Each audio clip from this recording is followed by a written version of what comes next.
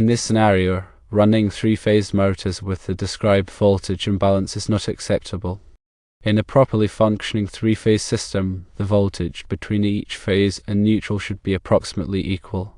The reported readings of 230 volts on one phase and 120 volts on the other two phases clearly indicate a significant voltage imbalance. This imbalance introduces several potential problems for three-phase motors. 1. Reduced power output. The motor will not be able to deliver its rated horsepower effectively.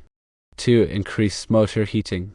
Uneven current distribution within the motor windings leads to excessive heat generation.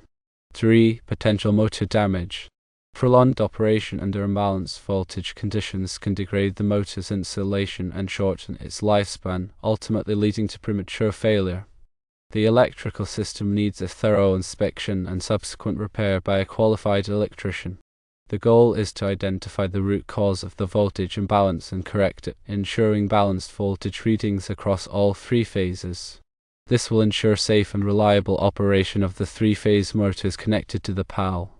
It's crucial to address this imbalance promptly to prevent equipment damage and maintain operational efficiency.